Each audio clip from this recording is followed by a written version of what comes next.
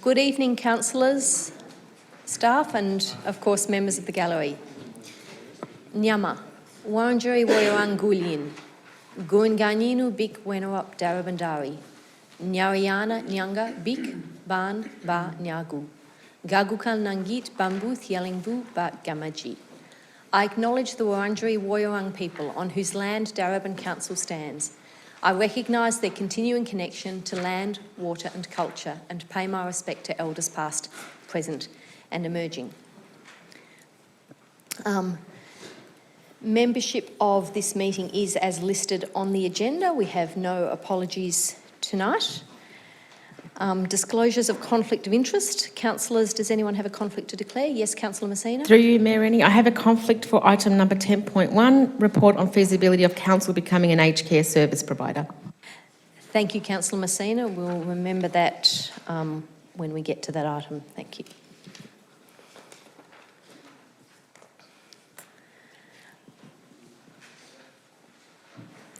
Yeah, that was 10.9. That brings us to confirmation of the minutes of the previous council meeting. Moved by Councillor McCarthy, seconded by Councillor Williams. All those in favour? That motion is carried. Question and submission time. So before I go to question and submission time, I would just like to set out my expectations in relation to the way this meeting is carried out tonight, and particularly remind councillors of our obligations under the Code of Conduct. At Darebin, we pride ourselves on being a progressive and contemporary council. In the interest of demonstrating exemplary leadership, I have high expectations that we will all be professional in our conduct throughout the evening and respectful in our debate. It is important for both councillors and the community to remember that our council is both a workplace and a public space, and that we have an obligation to ensure that the working environment and public forums are safe for everybody, both emotionally as well as physically. I want to be clear that I won't tolerate any form of personal acrimony or insult, grandstanding or yelling, nor will I put up with talking over the top of one another or any use of unreasonable or impolite language or interjections from the gallery. It is a significant agenda tonight, so I will move to question time, and I'll start with questions submitted online, but I would like to remind the gallery that when you come up to the lectern, it's helpful if you can clearly state your name and postcode. If you cannot approach the lectern, an officer will come to you. It is important to wait for the microphone because that enables those people who are watching online to hear. I'll ask that people direct questions to myself as the Mayor and limit questions to 2, as this gives everybody the opportunity to participate. And please make questions brief. There is no need for lengthy introductions. So we have received one question online before the meeting, and that is a question from Ms Serena O'Malley. Serena is not here, so I'll read the question.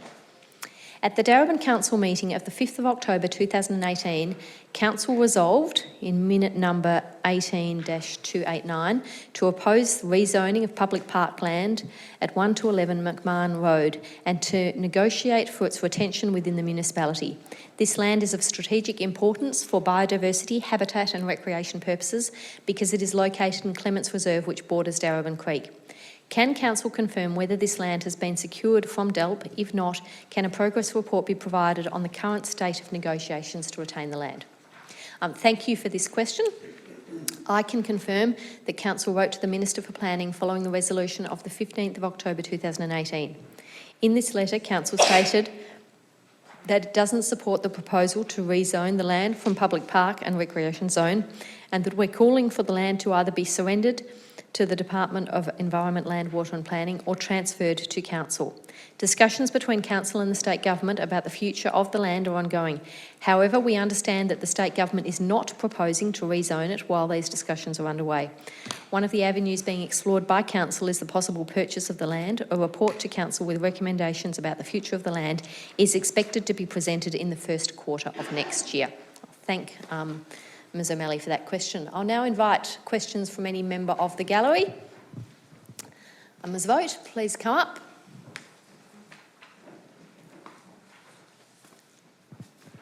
Thanks. I'm Robin Vogt of postcode 3072. I'm the convener of Does Council Care, and I'm actually here tonight mainly to make a submission to item number 8.3, which is the gardening and lawn mowing service. But I do have a question as well. Okay, can I just check, would you like to make your submission to 8.3 prior to that item on the agenda, which is... Yeah, I'll do it preferable? Okay, prior so to we'll the come item. back to you at that Yeah. point. Okay, how is the case management pilot project going? And when can we expect some action? Thank you for that question, Ms Vogt, and I'll hand that over to Ms Henderson for a response. Through you, Mayor, Mr Hanna will answer that question. Thanks. Through you, Mayor. Council officers have been preparing and planning for the implementation of a home care packages trials. We have engaged with a non-for-profit provider to explore how council can offer its existing aged care services to clients who wish to continue to be part of council services once they move to home care packages. The trial is expected to engage about 40 existing clients who wish to continue with that. We are in a process of finalising our internal planning, and hopefully we'll be meeting with the non-for-profit to continue this conversation in the next couple of weeks. Thank you, Mr Hanna. And thank you, Ms Vogt, for that question. We'll come back to you for the submission at 8.3. Are there any further questions from members of the gallery? Yes, please come up, and then I'll go over to Mr.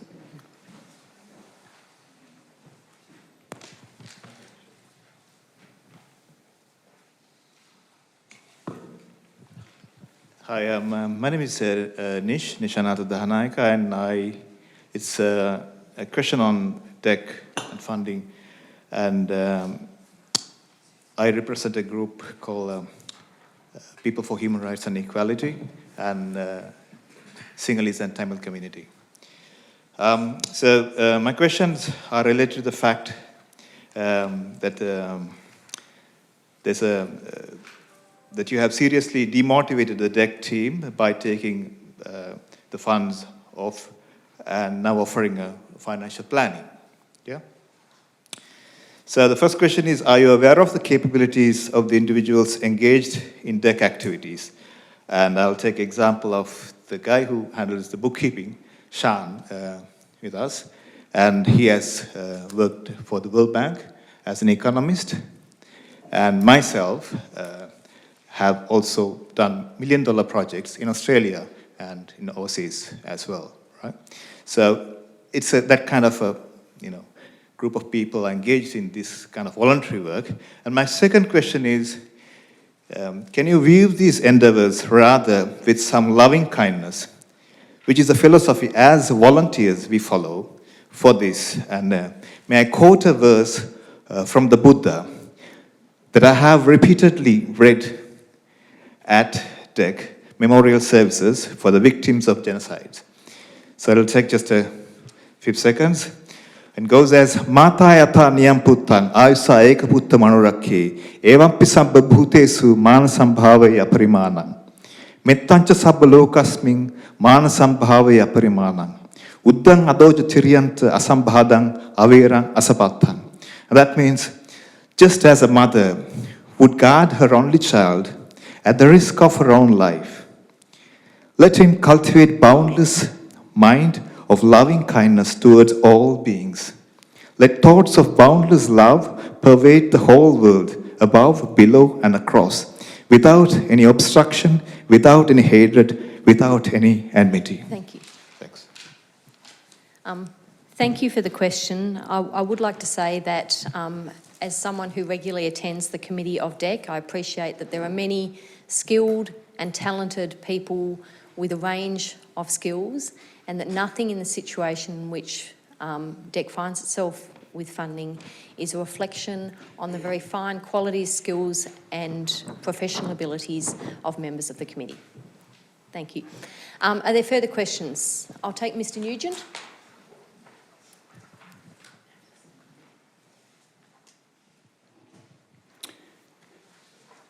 Mayor Rennie, John Nugent, 3076. Mayor Rennie, I have two questions tonight. The first question was, I backed Latrobe yesterday in the Melbourne Cup, and because I was hoping it would come first for a change, but anyway, not to worry. Meredy, my question is about the gag that council has placed on me, asking questions on the Dole-Donovan master plan by phone. Firstly, I believe my democratic rights have been taken away from me by this action taken by the council. There was a petition presented to council with 130 signatures requesting that I be their advocate and to speak to council on the master plan. As yet, I have not received a reply, the re-petition, and I know I have more people supporting me than on the community reference group. In the letter given to me, it does not state a time limit. Mayor Rennie, as the CEO was the judge, jury and executioner... Sorry, Mr Nugent, I find that language offensive, and I'll ask you just to actually put your question. All right, then let me rephrase it then. As Mayor Rennie, as the council was... No, let me say, as the officer was judge, jury and executioner... Mr Nugent? Yes? I don't need that kind of language, okay? It's emotive and unhelpful. Please ask your question without the preamble. All right then. Has the council got a right to take away one's democratic rights away from me? Mayor Rennie, have I got a right of appeal against this decision? By the time this question is answered, it will be 6 months since I've rang up. And by the council... Sorry, Mr Nugent, I'll take that. You've asked 2 questions, so I'll no, answer I haven't. that question. No, this is all part of one question. I've got another question to ask him. By the time the council recommence in 2020, it'd be 8 months. Thank you. My second question, Mayor Rennie, my question concerns Brian Shanahan. Could you please advise why the police were called by the council on the 2nd of the 9th, 19, when Mr Shanahan did not enter the building? Also, has Mr Shanahan got the right to stand outside the council building when there is a council meeting? And isn't this a waste of police resources every time he turns up? Thank you, Mayor. Thank you, Mr Nugent. In relation to your question on Brian Shanahan, I'll take that on notice. In relation to your question about why you are no longer able to call officers at customer service and other people, that has been explained to you and relates to the inordinate amount of time that people were spending trying to provide you multiple answers on the same question asked over again. And that amount of time is unjustified for a person who lives in Epping to expect to be able to tie up officers and their time, distracting them from work that they are doing for people and on behalf of people in this municipality. Thank you. Sorry, no, you don't get another chance. Please take a seat. Syrian.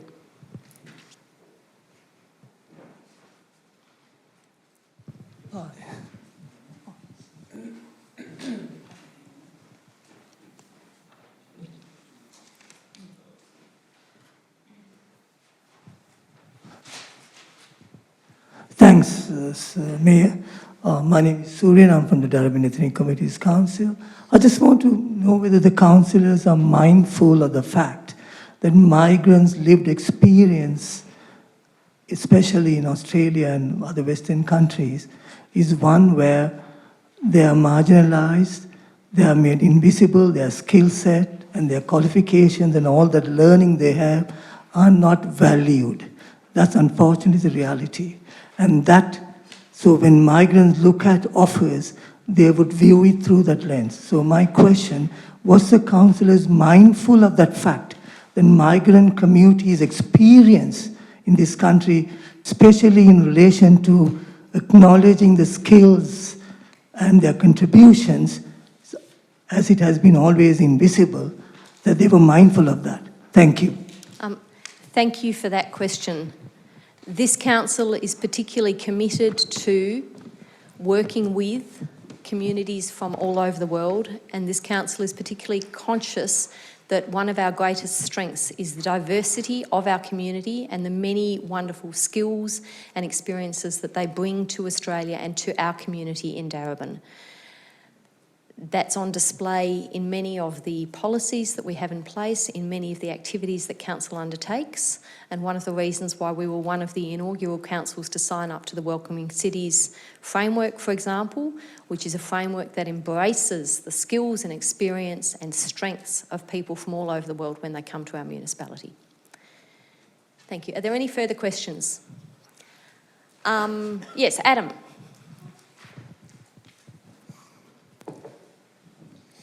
My question relates to item 8.7 on the agenda regarding the Electoral Commission's report on the boundaries of Darebin City Council. And I'm not entirely sure if it's appropriate for this section, but I will ask the question anyway. Does the council support the recommendation made by the Electoral Commission in regards to the ward boundaries, in regards to the recommendations of the ward boundaries? Thank you very much for that question. That matter is on the agenda for consideration tonight, so I'm not able to preempt the decision of council, but we will get to that item, and I would hope that if you would like, you'd like to make a submission prior to that item if you stay for the agenda. You're able to make a submission of up to 2 minutes in length that talks to what you think we should do and helps inform our decision. Would you like to make a submission? Because you can just do that. So we make the submission before the item in question. Are you able to stay for a while, or do you have to? Yeah, okay, so if you're able to stay, I'll make a note here, just as someone else is making a submission prior to 8.3, that you can make a submission prior to 8.7 on the agenda. Thank you. Are there any further questions? I'll go to Serena and then to Sophia. Serena, I'm sorry, I have asked your first question. That was your only question. That has been asked. I've got a response here which I can pass on to you, but I have read that response out. And apologies. Okay. Sophia.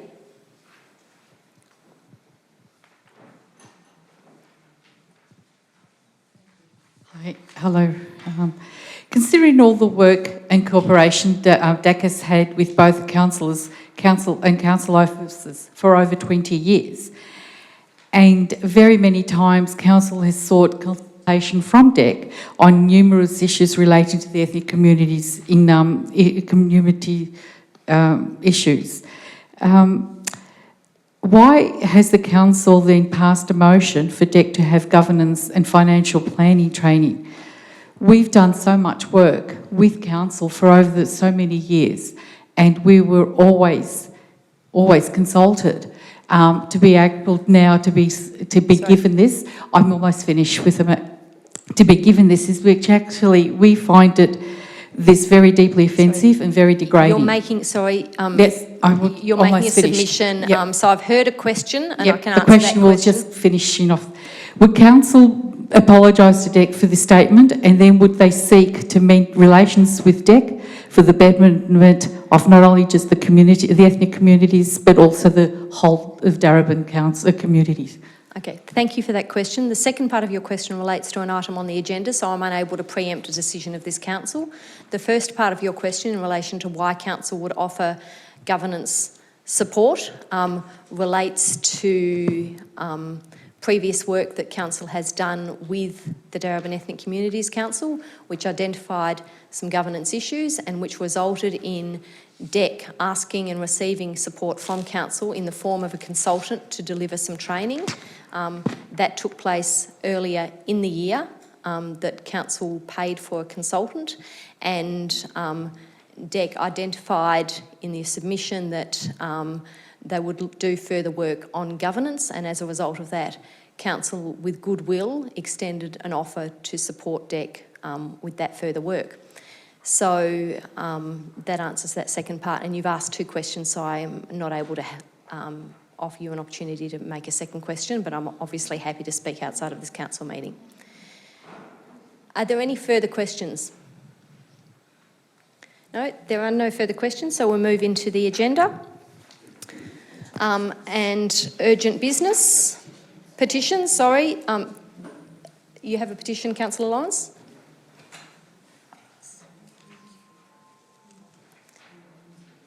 So, yes, Councillor Lawrence, do you want to tell us the nature of the petition?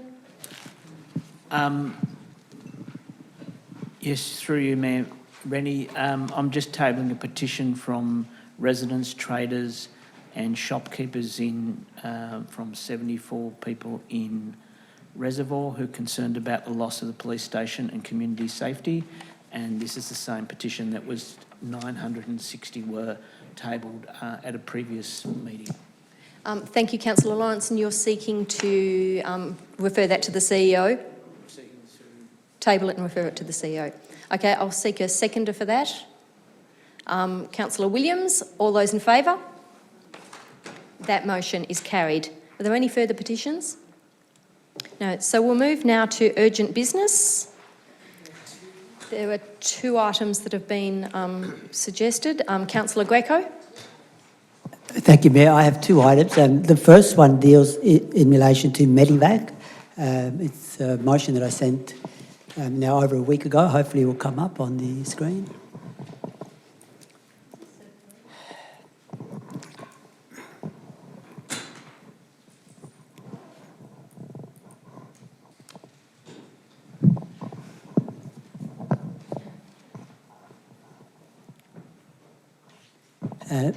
Mayor Rennie, I move a motion that this item be treated as an urgent item for the purposes of this meeting.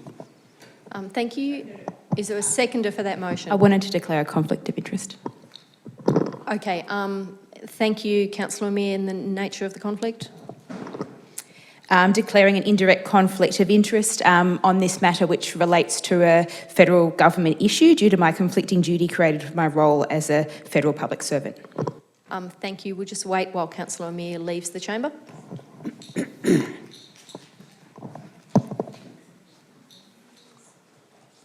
I'll second. Seconded by Councillor Lawrence.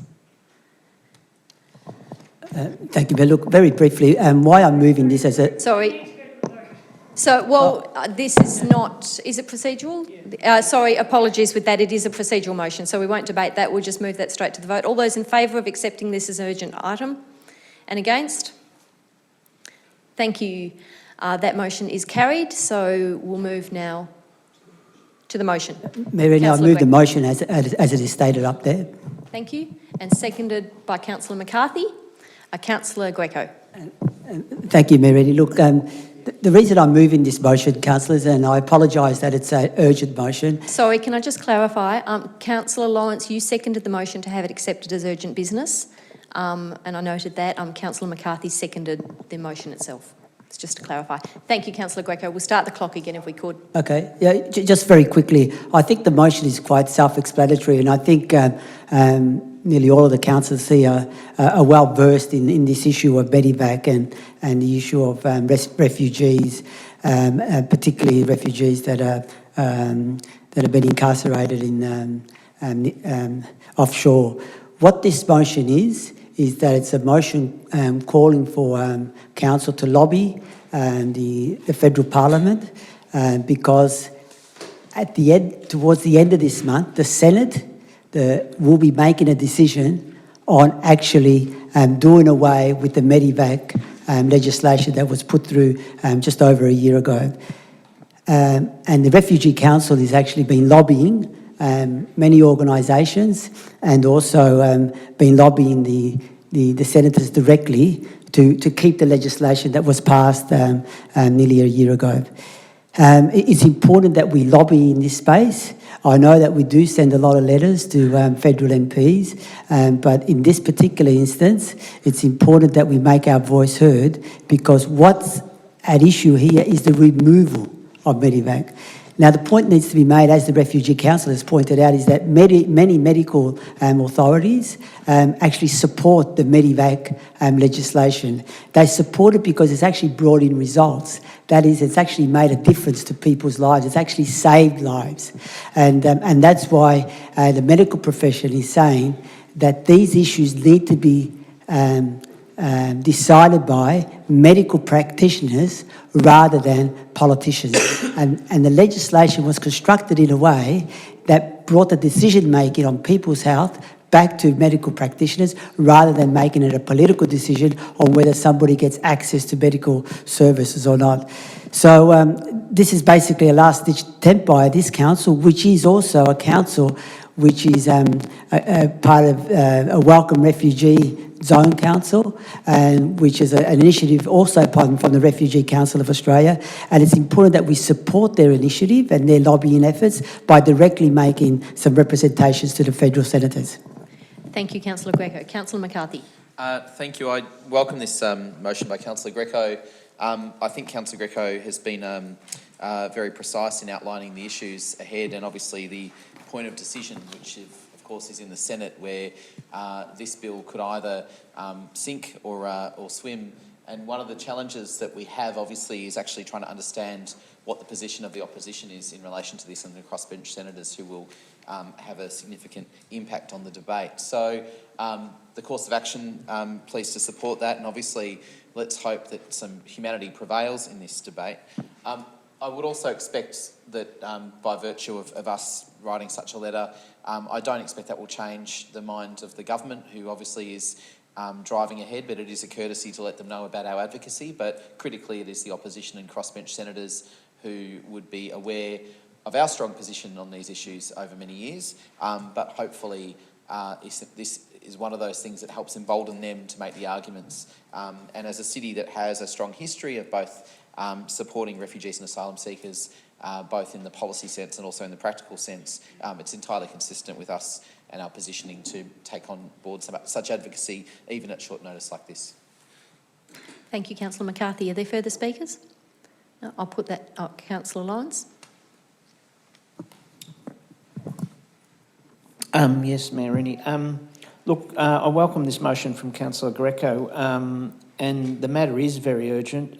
There are lives at stake, and a game is continued to be played by the federal government in terms of the detention of people in very poor conditions that have been there for many, many years, which is pretty shameful for a country like Australia to be having a government agency engaged in that kind of practice, which are really nothing more than prisons.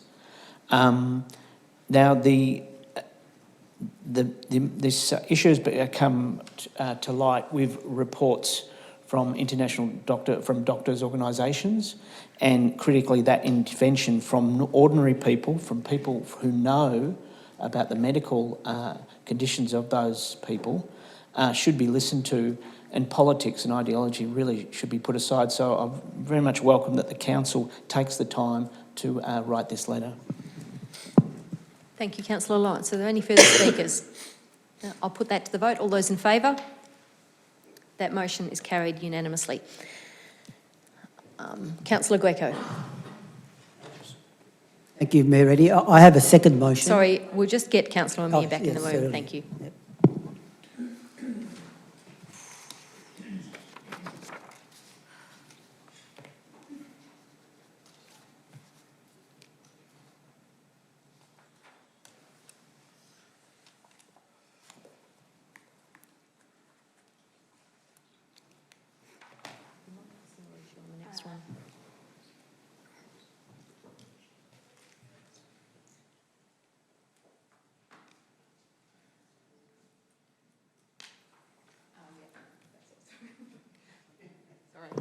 Again, I declare a conflict of interest for this matter because it involves writing to the Australian Foreign Affairs Minister and declaring a conflict of interest due to my additional role as a federal public servant. Thank you, Councillor Amir. We'll wait for you to leave again.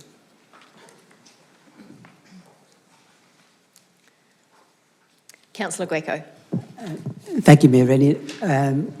I move a motion that this motion be accepted as an urgent item for tonight's business, council business. Thank you. Is there a seconder for that? Councillor McCarthy. All those in favour? And against? That motion is carried. Councillor Greco. Mayor Rennie, I move this motion as it is stated up on the screen. Thank you. Is there a seconder for the motion? Councillor Lyons. Thank you. Councillor Greco. Look, thank you, councillors, for accepting this as an urgent motion for tonight's meeting. Look, councillors, we're obviously all aware of the Julian Assange saga, and why I'm moving this motion here at Darebin. People may say, what is the relevance to Darebin? Well, the relevance to Darebin is that Julian Assange was a resident of Darebin. He lived in the suburb of Thornbury for a couple of years, I believe, in his I think in his early 20s, and therefore that is our connection with Julian Assange. Apart from that connection, obviously, this council has been a great advocate in relation to human rights issues, and therefore, given that one of our residents, who is now of international notoriety, finds himself in a very, very difficult situation as it currently is. Look, I've written the motion in a very explicit manner in order to provide some of the context, and also in particular, I've noted in the motion there some of the statements that have been made by very well internationally respected organisations in relation to the fate of Julian Assange, both in relation to his fate in regards to his human rights being violated, and also just this morning, and it's been included there in the motion, that just this morning on radio, on RN Breakfast, one of the leading torture experts, Mr. Niels Melzer, made the point that Julian Assange may die in prison before he actually gets his day in court. This is how severe this particular case is. Now, in our humble way, I suppose, what I'm suggesting here for council to do is to write to the Minister for Foreign Affairs, as the last point there points out, and to ask that the Minister for Foreign Affairs immediately intervenes, as has been requested, to ensure that the British authorities address the poor health of Julian Assange, and in particular also to uphold his human rights. Right throughout the case, irrespective of whether you agree with Julian Assange or you don't agree with Julian Assange, here is a question of process, and that here we have two major organisations, world leading organisations from the UN, and saying that his human rights have not been respected, and as a law-abiding nation, I think that Australia should make those strong representations to ensure that he goes through due and proper process, which it seems to be lacking up until this point. So I urge councillors to support this motion so that we can make that sort of representation to the Minister for Foreign Affairs on behalf of an important resident here in the city of Darebin. Thank you, Councillor Greco. Before we move to Councillor Lawrence, I'd just like to note that there's a missing word in line 2. Notes that Julian Assange is in very poor health, and I won't do that as an amendment. I'll just simply ask that be added. So, Councillor Lawrence. Yes, through you, Mayor. Rennie, this issue at the moment is reaching a critical point. We're reading daily more reports about how dire the health is of Julian Assange. It is of historical significance that he came out of the northern and northeastern suburbs, that he was actually first hacked military intelligence from that Thornbury house and was caught. And they wondered how the mighty military complex wondered how someone could do that on a Commodore 64, but apparently did. He was given a paltry fine on that, but the motivation of Julian Assange, techniques and tactics may be questioned by more traditional journalists, but the motivations remain the same as the tradition of investigative journalism, which is to make the public aware of what's done in our name. So I think it is very relevant that his home country and his home city should stand up for his human rights at the moment, because good, bad, indifferent in terms of the mass dumping of information that did occur, his overall impact on history is to actually a form of citizen journalism and exposure of the grand secrecy that now accompanies very modern and large military complex. So I think it is very fitting that 10 seconds. Councillor Greco brought this issue into the chamber. Thank you, Councillor Lawrence. Are there any further speakers? Councillor Williams. Is it possible to do an amendment to say that we put a press release in reference to this item? You'd need words for an amendment and then it would need to be put, so can I ask? Okay. Are there any further speakers? Councillor Williams, I'm inclined to put this straight to the vote. I'm happy to accept the... Well, I don't have an amendment, so I think it's important. There actually is no amendment and we've got a busy agenda tonight. So unless you can come up with a form of words on the spot. That if this gets voted, that we put an announcement to do a press release for that we're advocating as a Darebin resident that we support The Julian council prepare a Assange. media release as a result of this amendment, as a result of this motion, perhaps. Yes. Okay. Would that be acceptable to you, Councillor Greco and Councillor Lawrence? Okay, thank you. So we'll note that. Are there any further speakers? I'll put that to the vote. All those in favour? And against? That motion is carried. We'll now move to item 8.1, consideration of reports, but we'll just get Councillor Amir back in the chamber before we get there.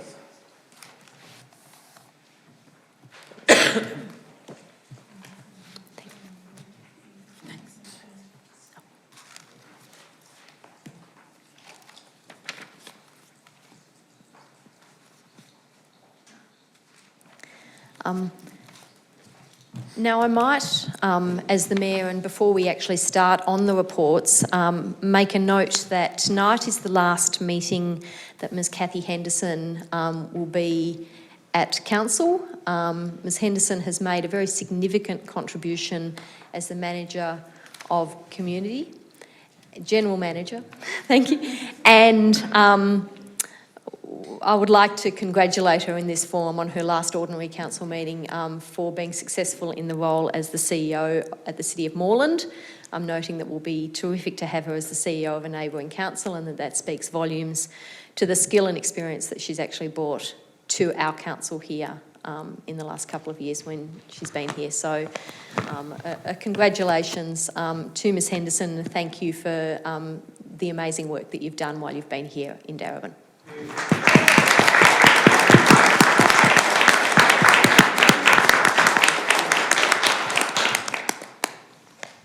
So we'll now move to 8, consideration of reports, and we'll start with the Pendas Park Master Plan adoption. Move that, Mayor. Moved by Councillor McCarthy, seconded by Councillor Lasserf. Councillor McCarthy. Thank you. I'd just like to start off, I'll just very quickly also acknowledge Cathy Henderson's great work, and obviously for me it's really fitting that we go from that recognition to our General Manager of Community to then talking about something which is all about community, which is this report, which really brings to hopefully the final stage in the official council processes of the master plan adoption, what has been a very long-running and very intensive and highly engaged community process, something that I don't think we've ever seen, in fact, in Darebin in relation to a park, certainly not in a long time. The Pendas Park master plan process obviously has been underway throughout almost this entire council term. It was one of the first items that we embarked upon in terms of doing things differently, and it has certainly borne fruit in terms of the outcomes. We are at the very final stage in terms of considering the adoption of the master plan following the required consultation process. To talk about the consultation process over recent weeks and months, so you really need to acknowledge the extensive and exploratory work that the master plan, the PCG, the Project Control Group, undertook over literally months and well over a year in terms of engaging with the community, both through a range of events, conversations, activities, surveys, a lot of deliberative work, meeting almost on a fortnightly basis throughout that period. The hardest working project control group I think we've ever had on any project, and the outcomes are clear and here for all of us to see. They also, I should say, made very deliberate and distinctive attempts to find ways to recognise the Aboriginal heritage of the area through strong connections and repeated engagement with the Wurundjeri Wurrung Council, and you can see that in the outcomes that have been identified. So I say that because obviously this work has been of great significance in this term of council, and obviously will be of great significance to the community that it provides. I'm not going to go through all the things that are in the master plan. We did deal with those when we released the draft 4 report, but I just want to acknowledge that there have been some important bits of feedback. There was some challenges in terms of engaging with particular cohorts in the community, including young people, and the process that has been undertaken there has certainly met those challenges and delivered some really fantastic proposed changes. The other thing just to say is that obviously the people that have been highly engaged in this process, I hope they continue to be engaged in this process. They have extraordinary ownership and commitment of the park. They are the first people to let us know if things aren't going well. They are fantastic partners, and I want to recognise both them and our officers 10 seconds. for the partnership they've had over the last couple of years, and I hope councillors endorse. Thank you, Councillor McCarthy. Councillor Lasserf. Thank you, Mayor Rennie. Councillor McCarthy has summed it up nicely, but I guess just to add and to echo our thanks to the Community Reference Group, who were in some sense a guinea pig in a new way of community engagement for us. And we really did learn a lot through creating that reference group and through going through this process to develop a master plan, which has now been replicated in the northern part of the city. This master plan, as Councillor McCarthy said, we talked a lot about it when we released the draft, but I think it's really important to go over some of the important features of the master plan. But this is really about setting us up for the future. This park has been used in its current form for over a century. It is looking like it needs a bit of a refresh and an uplift, because we know that there are many things changing in our city, whether that's the growing population or the changing needs of the population that live around the park, but also our changing climate. So we need to make sure that we're adapting our parks and our vital community infrastructure to meet those future needs of both our environment and our people. So I think where we've landed in terms of this master plan is a testament to that forward thinking, but also really engaging the community and bringing something to life. It's been developed for the community, by the community for the community, and that's a really important part, I think, of this final master plan. And the last thing I just wanted to touch on, which Councillor McCarthy did also touch on, was, I guess, re-engaging this area of the municipality in terms of our Indigenous cultural history. It was a settlement park, as they called it. 10 seconds. And it is really about reimagining what that land used to be. Thank you, Councillor Lasserf. Are there any further speakers? There being none, I'll put that to the vote. All those in favour? That motion is carried. That brings us to item 8.2 on the agenda, Streets for People Northern Reservoir Corridor. That's moved by Councillor O'Meara and seconded by Councillor McCarthy. Councillor O'Meara. So the recommendation we have here is to endorse the concept design for the Northern Reservoir Streets for People corridor, and this is one of a number of Streets for People corridors across Darebin in all suburbs, and the model involves working with the local community and looking at the local context to create streets for people to get where they need to go, to meet, or just to walk down the street, enjoy a sunny day, literally stop and smell the roses. And here in this report and its attachments, you can see there's a lot of work has been done here, very, very detailed work to understand the local context and to understand the priorities of people living in Northern Reservoir. And one thing that really struck me in reading through this report was the granularity that's needed to respond to this road. That if you look at it on a map, as we did when we were looking at all the streets for people corridors that were proposed across Darebin, it just looks like a line that goes across Northern Reservoir. But actually, what we need to get something that reflects the priorities of the community and gets the outcome we want in terms of the goals to have more of a pedestrian focus, nicer physical environment, reducing conflict, making it safer for people to get around using active transport. You do need to consider a block by block, junction by junction, corner by corner approach, and that's exactly what we've got here, which is really exciting to see.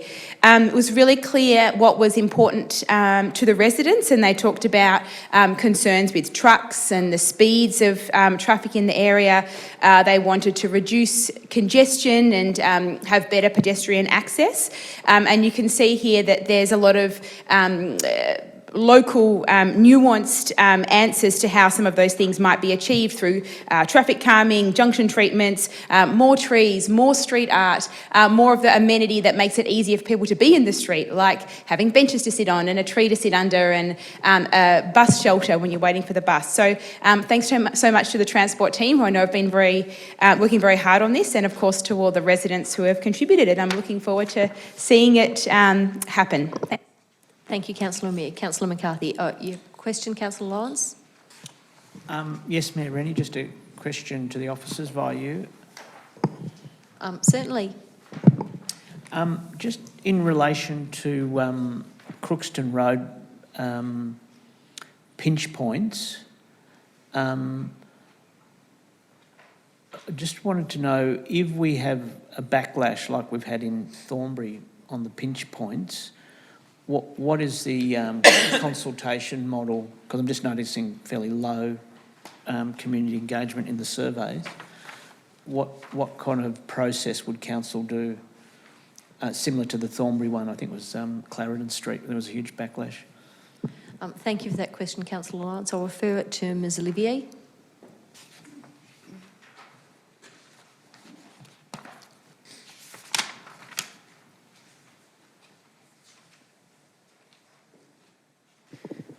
Through you, Mayor Rennie. Look, I guess the first thing to say is Appendix E does set out the feedback we've had. I think generally we take some comfort from the fact that we've notified those residents and we haven't had objections, so we're not actually expecting backlash. Secondly, however, we go through a notification process, and if we were surprised in that notification process, I would then review that and consider if anything further was needed. Thank you for that response. Yes, Councillor Lawrence?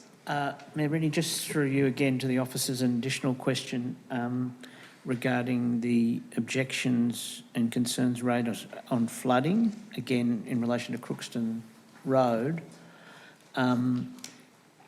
Is the budget within this able to respond to the officer comment, which is that there needs to be increased action regarding drainage? Thank you for that question, Councillor Lawrence. Once again, I'll refer that to Ms Olivier. Through you, Mayor Rennie, can I just ask which page the councillor might be referring to? Councillor Lawrence, are you referring to a particular page in the report? It's a table with resident response and then officers' response to... I'm not sure that...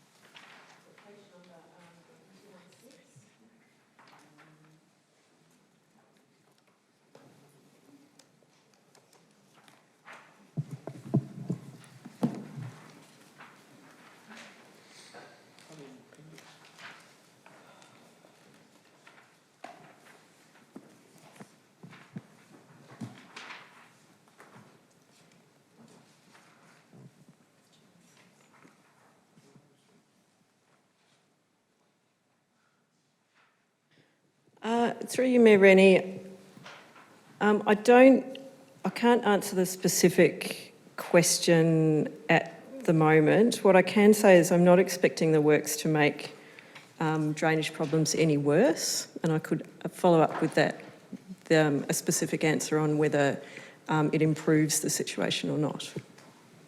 Thank you. Yeah, concerns with Bencura flooding near Black Street. Okay. Thank you for those questions, Councillor Lawrence. We'll move to Councillor McCarthy, who seconded the motion. I'll reserve my right for the moment, Mayor.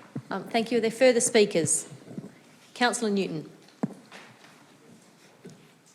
Thank you, Mayor Reddy. I just wanted to say that I really support this motion, and what I found reading the report is just how different it is up north in Broadhurst and along those areas where there really is more car usage because, there's big trucks going along there, it's scary to ride. And I've been reading a lot about cycling in Amsterdam and this idea that it's great in Amsterdam, but it wouldn't work anywhere else. But it's just purely because Amsterdam put the infrastructure in place to make it so.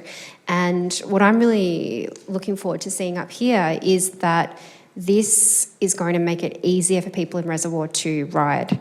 And what that means is that Darebin can start really becoming that cycling and walking city that we want it to be. So I'm really pleased to see this happening up north. Thank you, Councillor Newton. Councillor Greco?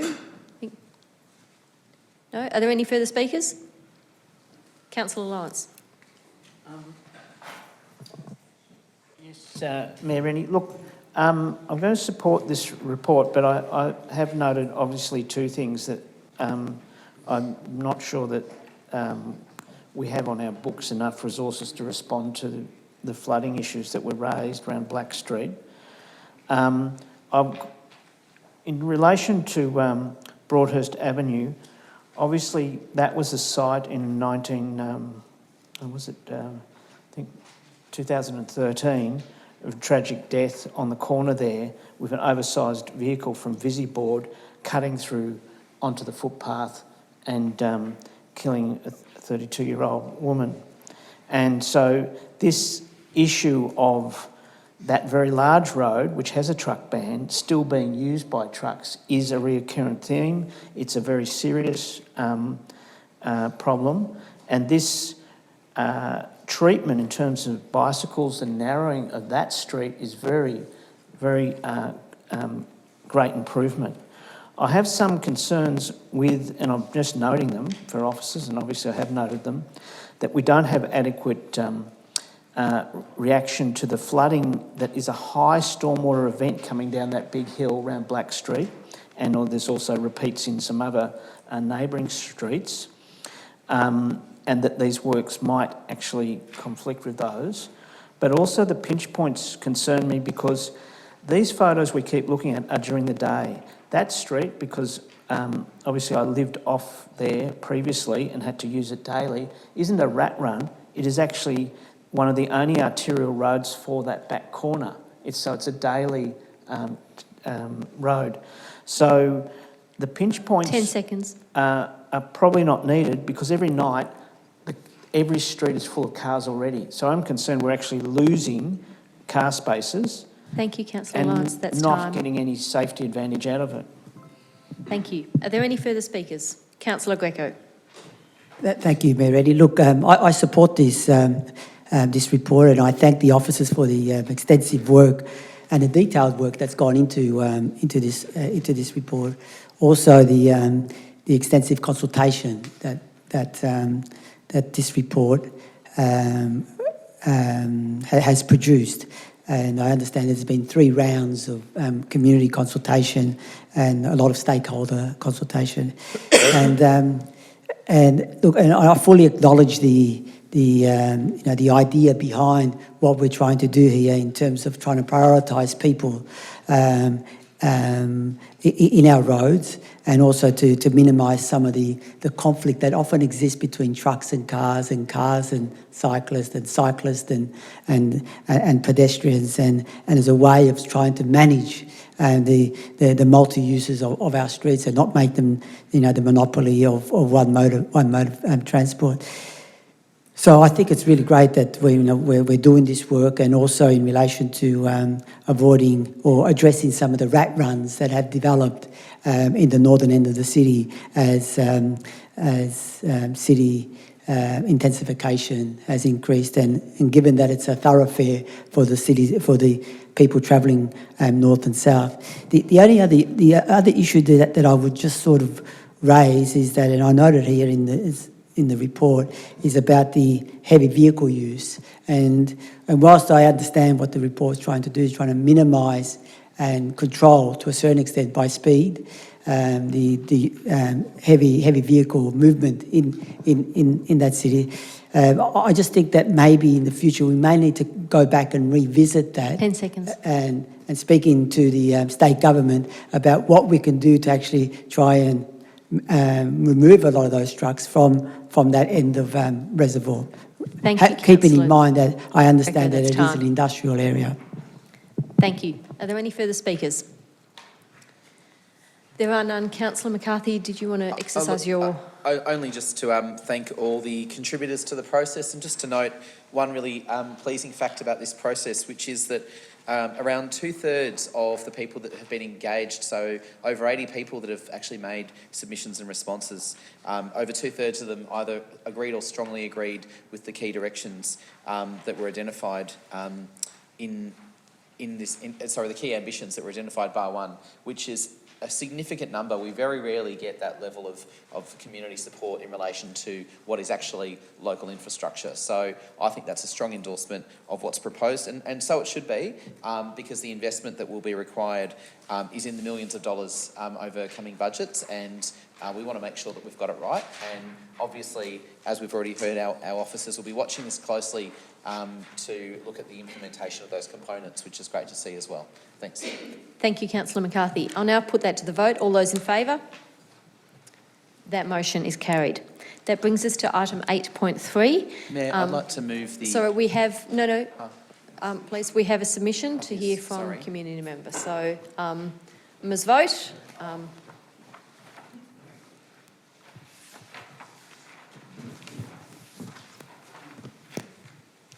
My name's Robin Vogt, and I'm in postcode 3072. The proposed gardening and lawn mowing service is undoubtedly much needed and much wanted by many members of the older community. Council officers have obviously expended much time and thought into the development of the paper to be discussed. I know that $120,000 has been allocated to fund the pilot model selected by Council. To be quite honest, I'm quite alarmed that option 3 is the model which has been recommended. In an ideal world, this model would be my choice. But in my considerable experience with complex community-based and capacity-building projects such as this, I can't imagine it working. These are my main reasons. The budget is not adequate to fund 3 community groups to develop and implement the trial. It would not cover the costs of project management, administration, promotion, volunteer selection, checking, insurance, training, and ongoing support and supervision. It's a high-risk and resource-intensive model for Council to undertake. I could say a lot more, but I'm aware of the time restraints. In conclusion, I have to say that unless Council can triple the budget, I favour a modified version of option 2. The modifications would include the development and ongoing oversight, in other words, quality control, of a panel of worthy local tradespeople, and the capacity to assess people with very high needs or emergencies for special consideration on waitlist preference. Thank you. Thank you very much for that submission, Ms. Vogt. I'll now ask councillors for a motion. I'd like to move the... Well, Councillor McCarthy, sorry, please take a seat.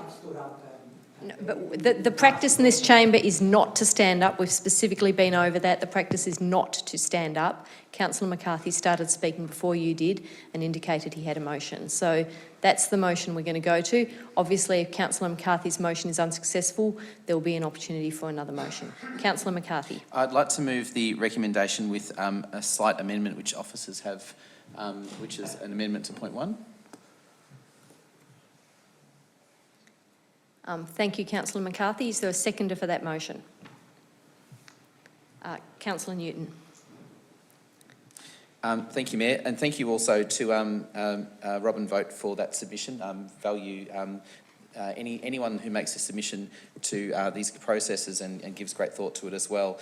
I am, despite the submission, still inclined to support the recommendation with an amendment, as councillors can see, which is really just to pick up that one of the priorities in option 3, should it proceed, should be looking at the needs of high needs residents, which is obviously something that was explored more specifically with point 1.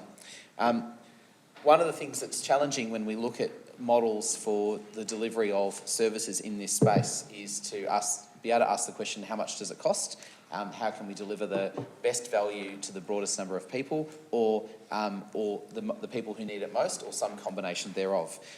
We have gone through an extensive process with the review, and this service and this proposal is one of the things that came out very strongly in relation to a need that people have now, have had in the past, and will need in the future. What I'm interested in supporting the officer's recommendation is where we see those models of innovation where we actually are able to leverage either existing ways of doing things that are nimble, forward-focused, and actually connect people to other people, rather than being resource-intensive, bureaucratic, and result in significant amount of money going into administration. I don't want to see that.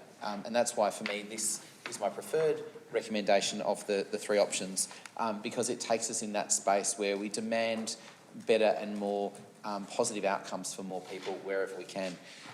We don't know what that's going to look like, I'm going to be frank. Part of the challenge when you fund an innovative process is that you have to be prepared to support the notion of risk, which is actually ultimately how you get some fantastic outcomes. We have a history of doing that in this city, and I would draw councillors' attention to the fact that it was only a number of years ago that we backed a thing called the Fruit Squad, which actually said, how do we support people who are isolated, who have fruit trees in their homes, they cannot or no longer either can or want to tend for them? How do we connect those people up with volunteers who urgently want to get in and work on those fruit trees and build connection with those people? A number of years later, Fruit Squad remains one of our most successful and iconic programs. It has been profiled in the media on so many occasions. It is well loved, much loved throughout the city, and it does that thing which I think I want to see out of these sorts of proposals, which is connect people, look at service models that respond to needs that otherwise could not be met, and build the basis for a sustainable service that actually is able to grow and develop over time. So I support the recommendation to look at option 3 because it gives us some things 10 to seconds. move forward with, rather than locking us into something that could be overly costly and potentially bureaucratic. And I don't think that's what our community wants. Thank you, Councillor McCarthy. Councillor Newton.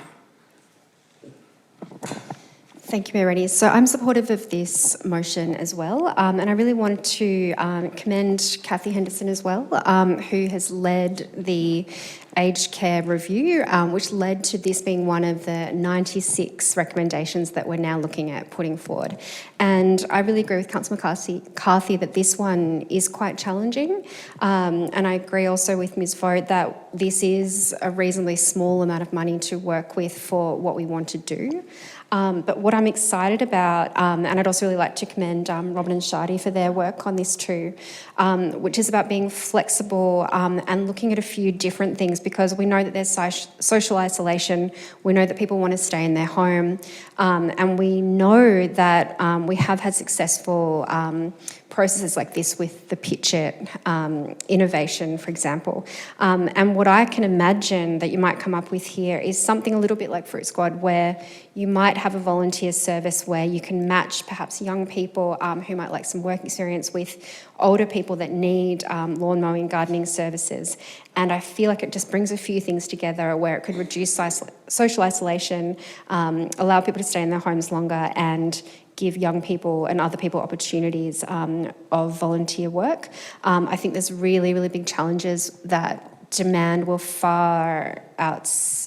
be far greater than what we can provide, and I think that's something that's going to be quite tricky to work with. But I'm really looking forward to what people come up with.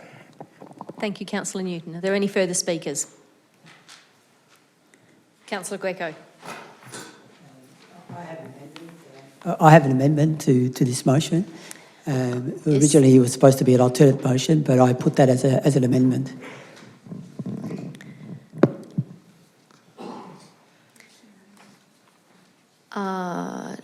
No, I don't think. Can we just get clarification? It's not that. Can Councillor Greco please, you able to read out the amendment? So I think that. Can I just get some governance advice on that in relation to whether that is an amendment or whether it's actually a contrary motion? It's instead of, I think. So, Councillor Greco, was that intended to be instead of the motion that was... That's right, yes. Yeah, instead of. Thank you.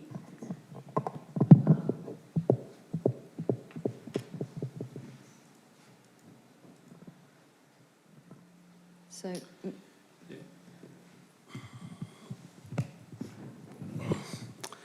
Through Mayor Rennie.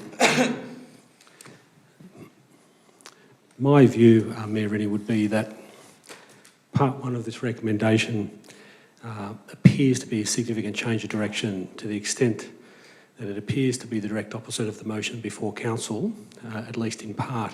So I question whether this amendment should be accepted at this point.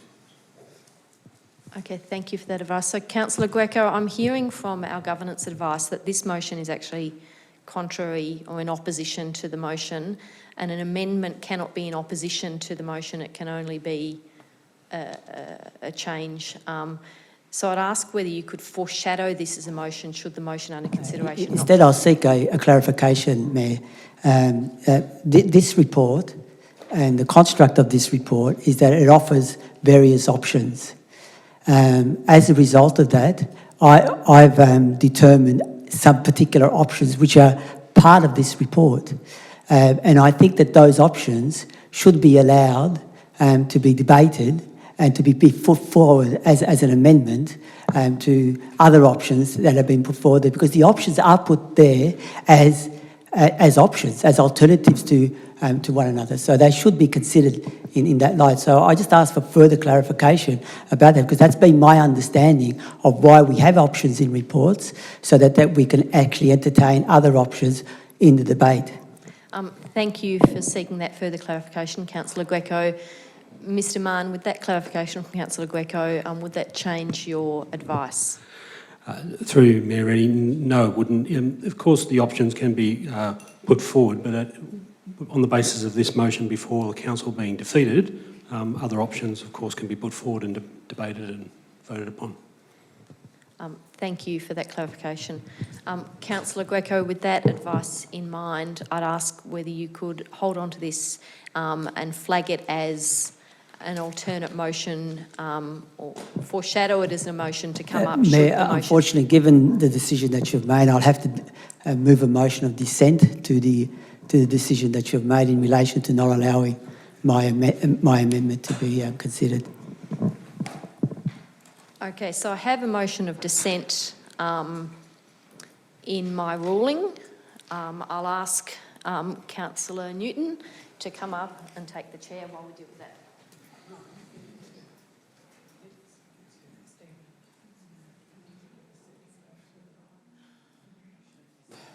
I'll second the motion. Sorry, thank you. So apologies for overlooking that step. So Councillor Lawrence has seconded the motion of dissent. Keep moving.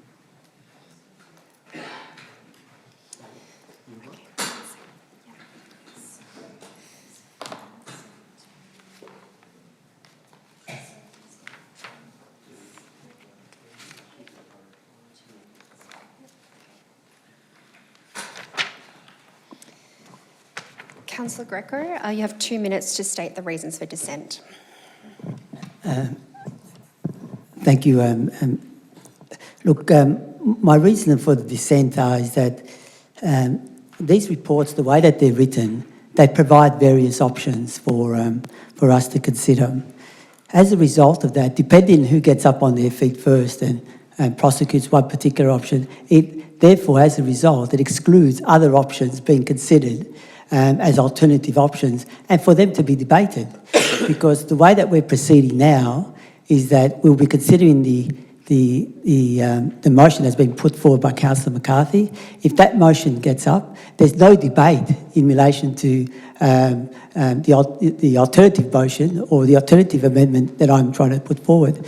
So that's why I feel that, in a way, it's discriminatory to not allow this sort of amendment when this amendment, it does not come out of the blue. It's an amendment which is integral to this very report that's before us, because this very report that's before us is actually outlining 3 particular options for us to consider. Councillor McCarthy got on his... Councillor McCarthy put forward one of the options.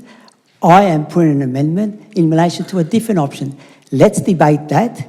If that is successful, then that becomes a sustained debate. If it's not successful, I live with that, and then we then debate the option that Councillor McCarthy is putting forward. And I think that would be a much more transparent and much more democratic way of ensuring that all the views and all the options are explored in the council debate, because we have 3 options here to talk about. And let's allow those 3 options to be debated, discussed, and decisions being made upon them. Thank you, Councillor Greco. Councillor Rennie. Thank you. I actually acknowledge that this is a difficult situation because Councillor Greco would deeply like to debate this. I'm somewhat bound by the governance advice that I receive and by the governance local law, which stipulates that an amendment may not be contrary or in opposition to the motion.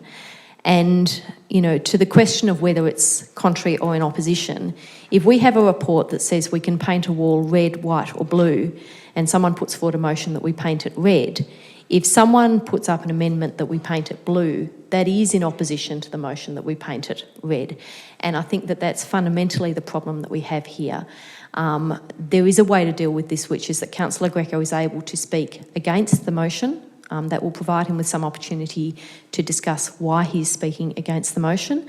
And if the motion is defeated as a result of that and people changing their mind when they hear Councillor Greco's debate, then Councillor Greco can equally foreshadow another motion. So I've sought advice on this matter because I believed it was inconsistent with the local law. The governance advice I've received is that it is indeed inconsistent, and that's the advice I've followed. Thank you, Councillor Rennie. Councillors, we're voting on Councillor Greco's motion to dissent the Chair's decision. All those in favour? In favour of dissent? And against? That motion is lost. Councillor Rennie, please return to the Chair.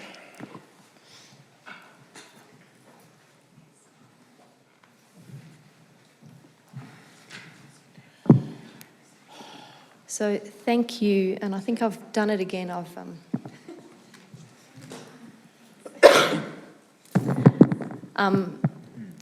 Thank you, Councillor Newton, for taking the chair. We've now I'll get to you, Councillor Lawrence. I'm just trying to make sure I'm aware. We've heard from the mover, Councillor McCarthy, and the seconder, Councillor Newton. Are there further speakers? Councillor Messina. I have a question. Your question, okay. Well, Mary, I have a question. Councillor Lawrence also has a question, I think, and he had his hand up when I went to you as the next speaker. So I'll deal with both of these questions. I don't know that the order matters much. So you're on your feet, Councillor Messina, your question. Thank you. Thank you. Through you, Mary, I'd like some clarification about high needs residents and if that includes the vulnerable, which therefore are socially isolated, please. Thank you for that question. I'll refer that to Mr Hanna or Ms Henderson. Through you, Mayor Rennie, option 1, as it's set out in this report, responded to councillor requests for how could we limit eligibility to try and have a smaller scale service as part of a trial. And the limited eligibility proposed in option 1 here is for people that are on the waiting list for level 3 or level 4 home care packages and those that are at a stage requiring palliative care. That was the two client categories. Thank you. Councillor Messina, does that answer your question? Yes, I'm satisfied with that answer. Thank you. Councillor Lawrence, you have a question? Yes, Mayor Rennie, I have a question just regarding this motion, because it's an amended motion, so if I could understand that it is amended. No, it's just a motion. But it's an amended recommendation with the red, is that an addition? The motion that Councillor McCarthy moved included those words in red, which are in addition to what was recommended. Okay, yep, sure. I was circulated another amended motion earlier today on this. I didn't see Councillor Greco's, but I think Councillor Massini sent one that was quite complex. And so I'm just wondering when this addition was presented to council. Was it in the afternoon? Was it sent? Which addition? The additional words? Yes. I don't believe, if I can speak for Councillor McCarthy, that those words, including for high needs residents, were sent to councillors via email. Is that correct, Councillor McCarthy? That's correct. No, they weren't circulated because, well, for various reasons, it was clear to me that that was a way to... Okay, we don't need to get into the debate. Thank you. Councillor Lawrence, I'm not sure if that answers your question. I'd just like it noted, I'm concerned that we're not getting to debate Councillor Messina's motion, which was complex, and I needed more information. Councillor Messina has an opportunity to join the debate, as do other people. The motion that we're debating is the one that's in front of us. If Councillor Messina also has another motion... I'd like to foreshadow an alternative. So that's fine. So that option is available. So I'll see if there are other further speakers. Councillor Lawrence. Yes, Madam Mayor. Look, I'd speak against this motion at present because just from a governance point of view, I find this highly improper that councillors take the time to send out amended motions that are evaluating options that we need to consider, and we needed to consider them, especially with the complex one Councillor Messina sent, and hear the debate. So I'm moving that we do not proceed with this until we've actually heard from, perhaps it is a minority view because Councillor Messina works directly with the community affected, but it is a minority view we might need to hear because not all of us work directly with the elderly. So I would really ask councillors to reject that because there's an element of bad faith in this because the recommendation of the officers is only one recommendation. We must consider it, but we must consider the other options. And the binary ruling on this is not correct. It has got multiple options and we should be debating them properly. Thank you, Councillor Lawrence. Are there further speakers? Councillor Greco. I have an amendment that I'd like to put, and the amendment is as follows: that after the words lawn mowing service on the first point, to include these words, after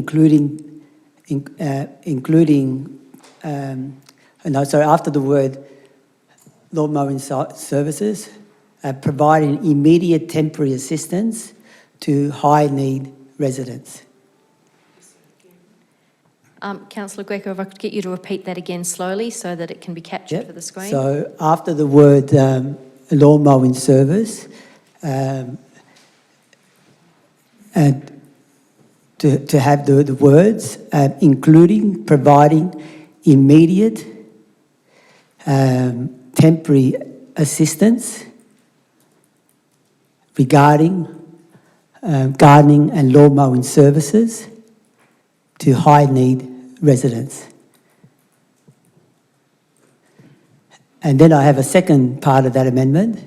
We'll just slow down there and make sure we capture that correctly before we move I've got to a the reading second. here.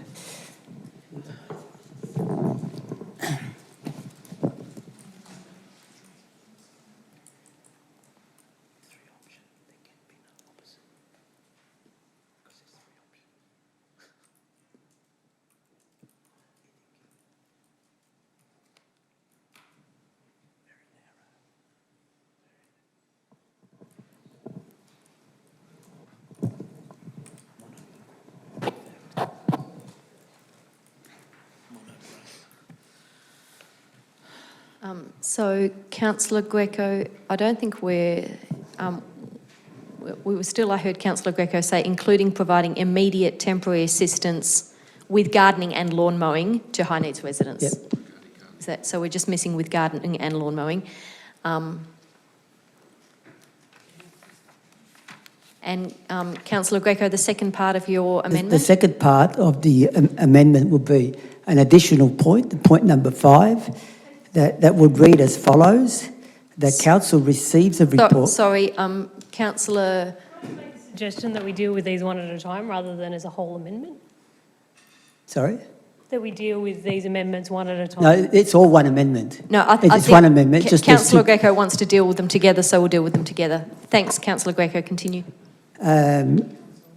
Yes, that the 5th point would read, the council receives a report in early February on how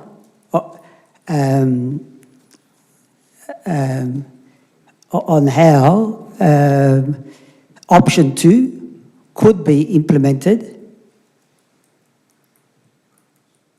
with options on a eligibility criteria and prioritisation of target groups.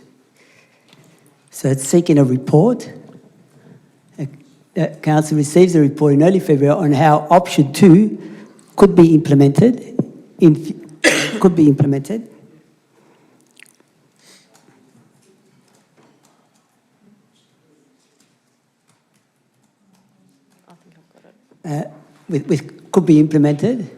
with consideration. Yeah, with options on eligibility and prioritisation of target groups.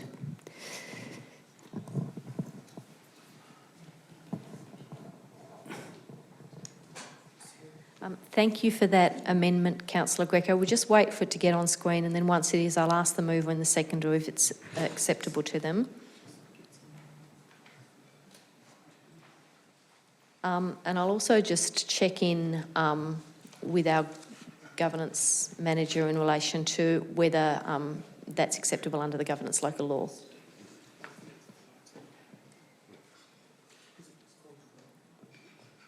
So, Mr. Mann. To Mayor Rennie, those 2 amendments appear to me to be reasonable amendments that add to the motion before council and should be accepted. Okay, so the governance advice, Councillor Greco, is that those are acceptable. So I'll ask if they are acceptable to the mover and the seconder. No.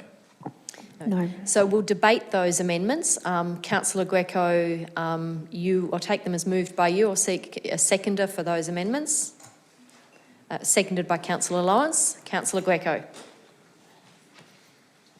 Thank you. Thank you, Mayor. And thank you, Councillor Lawrence, for accepting my amendment. Look, the amendment, the first part of the amendment goes to immediately providing some assistance, lawn mowing assistance to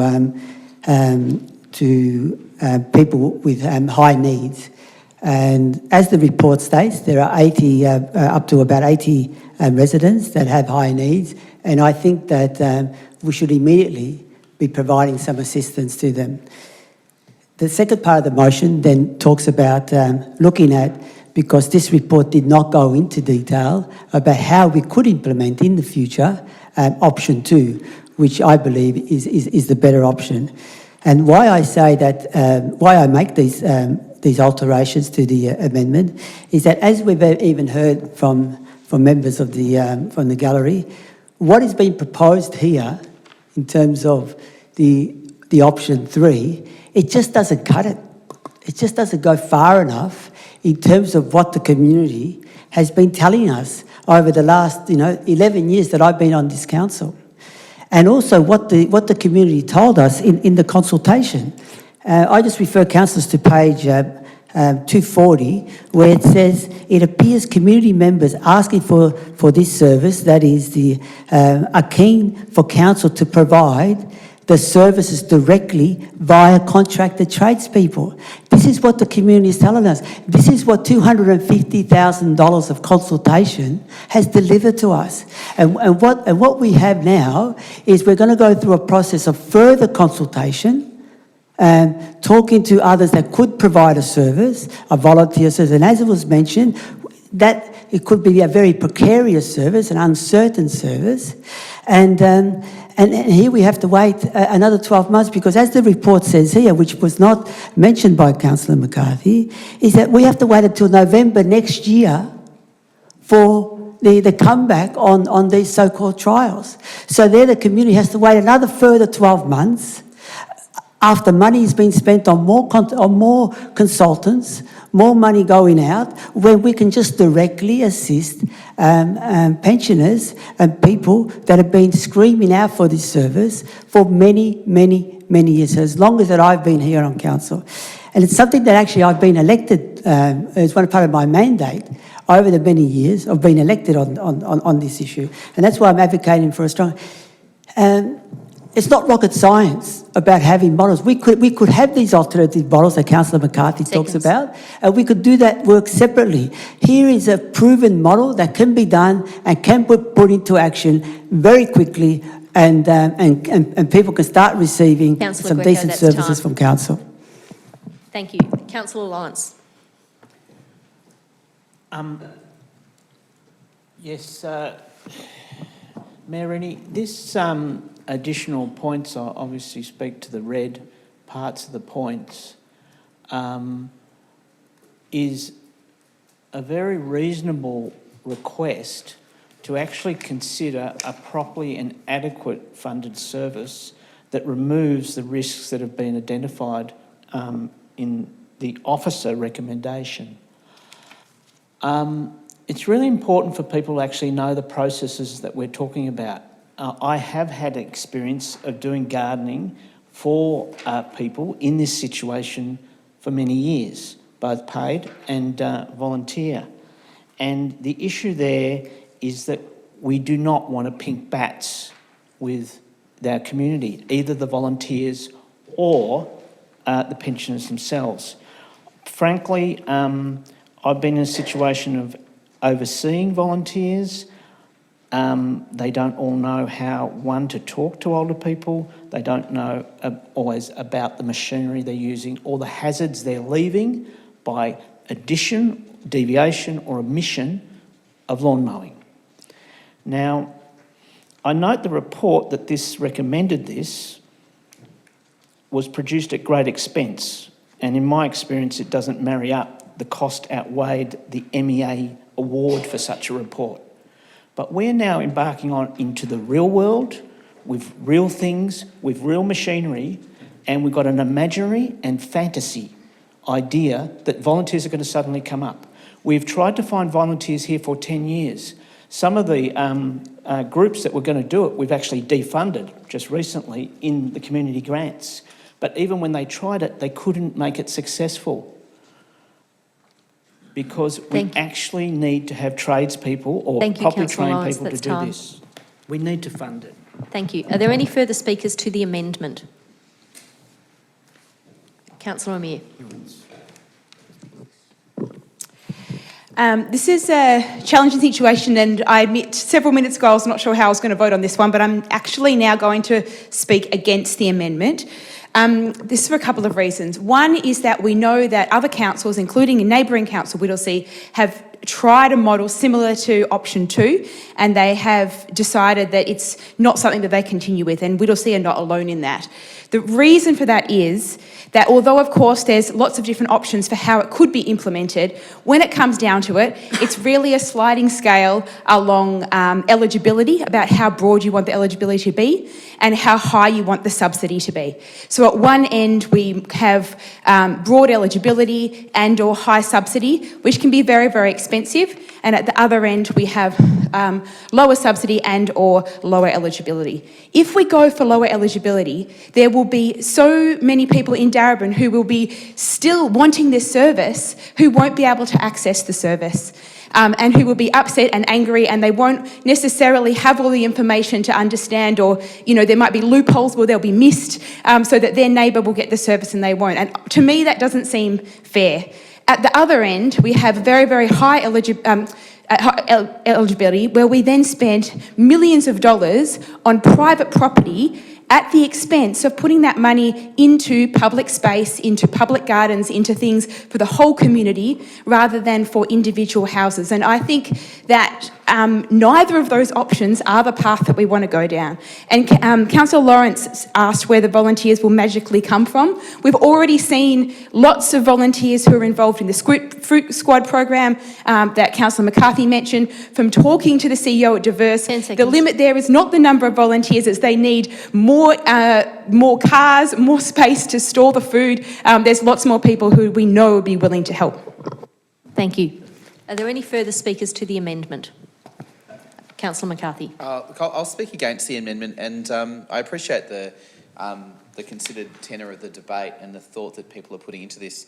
I didn't arrive at the proposal that I put forward earlier just by chance, but really by looking through the report and understanding what it says to us, which is that if we want to try to develop a model which is going to be sustainable, that is going to be focused on those high needs residents in such a way, and that's hence the inclusion of those words, in such a way that actually continues to deliver a service in a way that is sustainable and future focused. The current figure that we have in the report is 80 people, 80 households in fact. That may triple, that may double, that may halve. We don't know. That is the figure that we have right now. So if we don't focus on what is going to be a model that actually is innovative and responsive to that cohort of people, plus being able to target other key groups as part of this, then we do our community a disservice. Councillors hopefully have done the sums on what these different models operate on. The one that I find alarming, and I'm surprised that Councillor Greco in his amendment is suggesting we consider option 2, because I actually think that potentially pushes high needs people to the back of the queue. It actually really pushes them back to the back of the queue, because if they can't get to the front of the waiting list, that waiting list, as the report outlines, could be very quickly as high as 1,000 people, even more. I don't think that's the sort of Darebin that we want. People that really need a service not being able to get it. But by the same token, we don't want to have a situation where we just pick an option because we think it responds to an immediate need but don't build any sustainability. That's not a good business practice. And at the end of the day, we need to be accountable for how we are using ratepayers' money to get the best outcome for our residents. 10 seconds. That's why option 3, in the way that I proposed it earlier, I think councillors should support. Frankly, I find it alarming that we would have 2 amendments. That's time, thank you. At the same time. Are there any further speakers to the amendment? I'd like to still foreshadow my amendment through you, Mayor Rennie. Amendment or alternate motion? Alternate motion, apology. Okay, thank you. So are there any further speakers to the amendment? There being none, I'll put the amendment to the vote. All those in favour? And against? That amendment is lost. So we're back on the debate on the motion in front of us. We'll just get that back. We've heard from the mover and the seconder, as well as Councillor Lawrence and Councillor Greco. Are there further speakers on the motion? On this motion? On this motion. And Councillor Greco, you have spoken, I think, yes, so you've spoken. So are there further speakers on the motion? Through you, Mayor Rennie, I'd like to propose an amendment. You can propose an amendment. I will vote against this motion. I'd like to propose an amendment which was circulated earlier this afternoon. Okay, so I think it's an alternate, so it's not an amendment, because in the same way that Councillor Greco's initial amendment was ruled to be contrary, I think we have a motion on the books, so we need to deal with this. You foreshadowed an alternate motion. So I would still suggest that you speak to this motion, because otherwise I'm going to go back to the mover to sum up the debate on this motion. So, Councillor Messina. Thank you. I've heard individually what my local councillors have said, and they all make valid points. However, I work in the industry and I know what the demand is and what their requirements are. It's okay to read a report and sit through legislation and sit through small little surveys, but I'm out there in the community and I hear their voices and what their needs are. Unfortunately, this does not cut it. I get to speak to them on a daily basis. I receive the calls and their most needs are 1, getting food on the table, 2, ensuring they have personal care, and 3, that their garden is taken care of. Gardening looks after their own personal growth, their own personal self-esteem, especially to the ones that use their garden for their fruit and vegetables. Unfortunately, high needs it doesn't give you a priority of access. We need to tighten it and ensure that the ones that are vulnerable, the ones that have that high needs, that aren't only surviving on high care packages, because we need to also ascertain and look deeper into what home care packages actually mean and are identified. And this report does not do that. We also have had the Royal Commission into Aged Care Services just recently. And there are some areas that I'm sure the evolutionary process will change. Unfortunately, I still think we need to have a look at providing a table and a platform where we look at option 1 and option 3. This doesn't do that.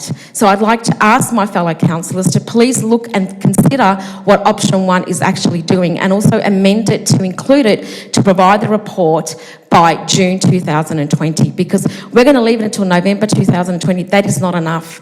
Our community deserve more. And we talk about private property. Well, people pay their rates, and some of them have been paying their rates for many, many, many decades here in Darebin, and they're entitled to this service. We are not Moreland, we are not Whittlesea. That is a different demographic. This is a need that's required, and I listen to our community, and they have asked for this. Thank you, Councillor Messina, that's time. Thank you. So, are there any further speakers?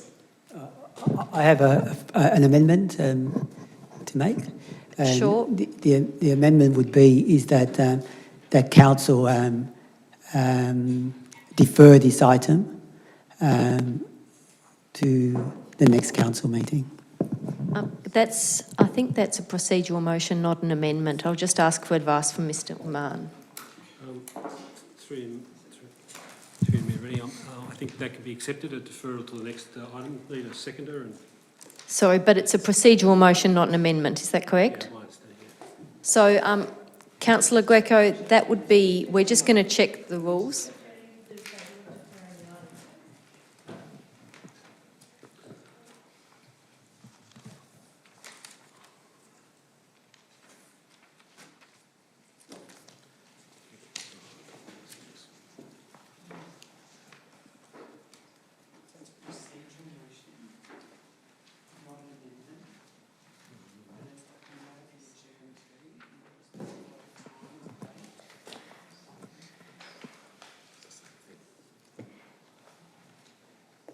So, Councillor Greco. I'll second that.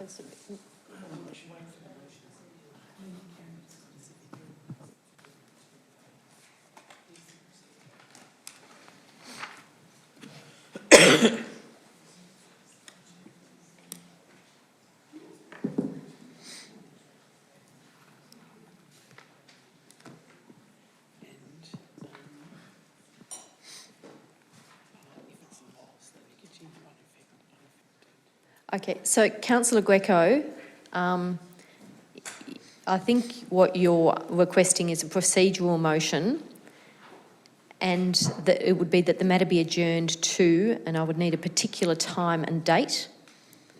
Yeah, I mentioned the next council meeting.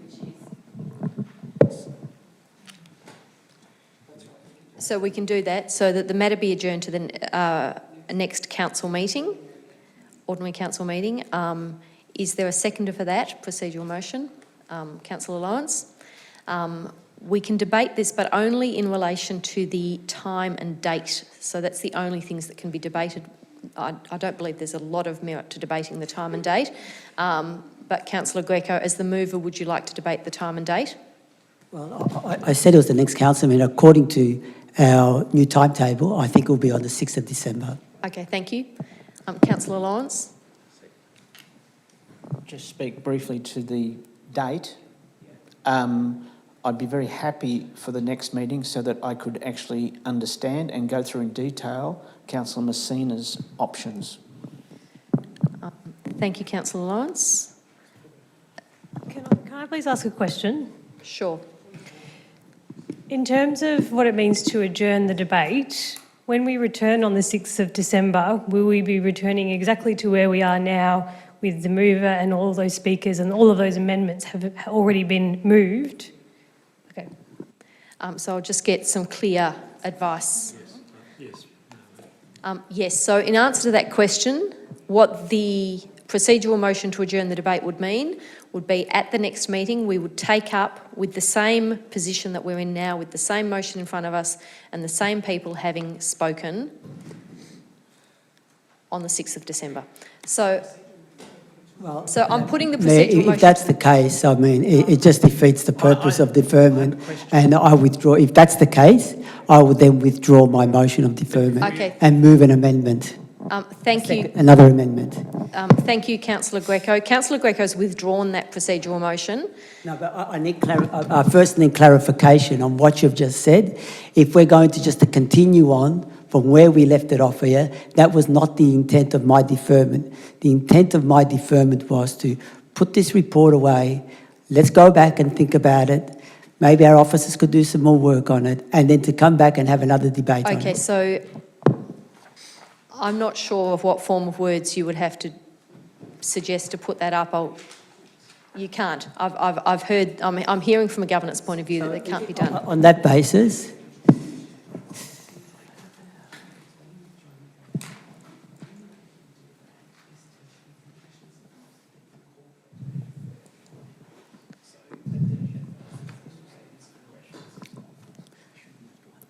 Okay, so Councillor Greco, you've withdrawn the procedural motion. I've received advice that it's not possible to do what it is you're seeking to do. that's fine, I accept that. only Let's thing- take that aside for the expediency of time. So- I now move an amendment in relation to this motion. So what is the amendment? Okay, the amendment reads as follows, is that adopt option 3 with 2 contracting partners, not 3, and that council provide a report and that council receive a report on the trial in April 2020. Point of order, did I not foreshadow that I want an amendment? And I said it twice, and Councillor Greco's had the option to put it up twice. Sorry, Councillor Messina, before me. please take a seat. Thank you. So I have a point of order, and I'd ask with your point of order that you refer to the relevant clause in the governance local law. Actually, I just made a slight... Sorry, Councillor Greco, please sit down. I'm dealing with the point of order. The date of May. I'm dealing with the point of order first. No, and I'm only dealing with the point of order one thing at a time. Yep.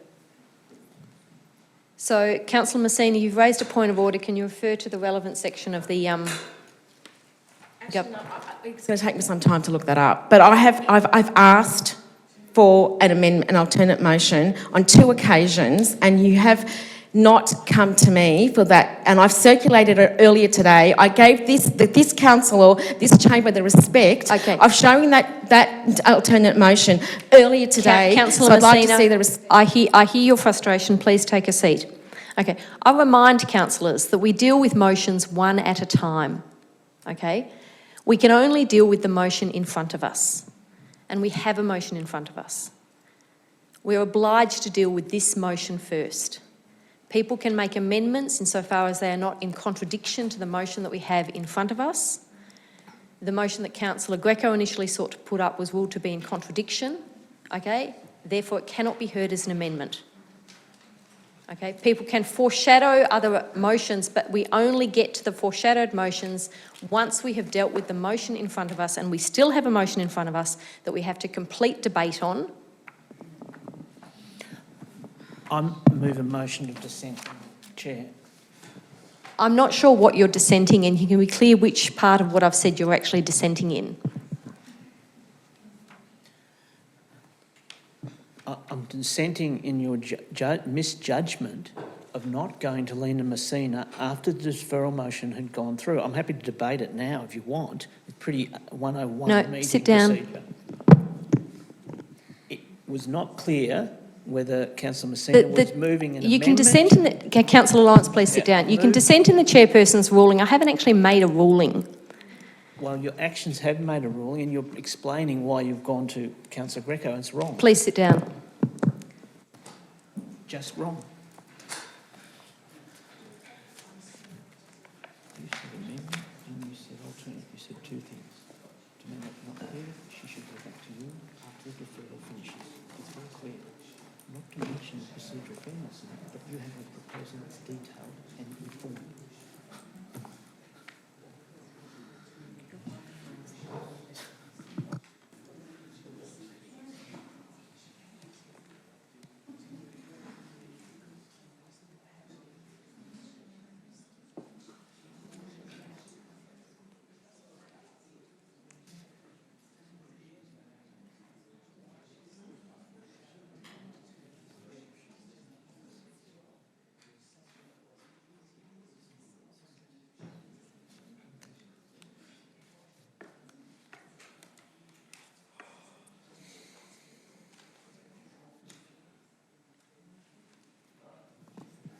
Okay.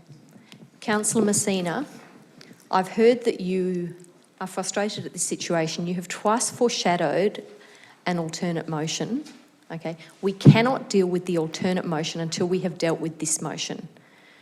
I wonder whether what you've actually wanted to do is amend the motion, which we could do now if your amendment is consistent with the motion in front of us. But right now, we're no longer dealing with an amendment.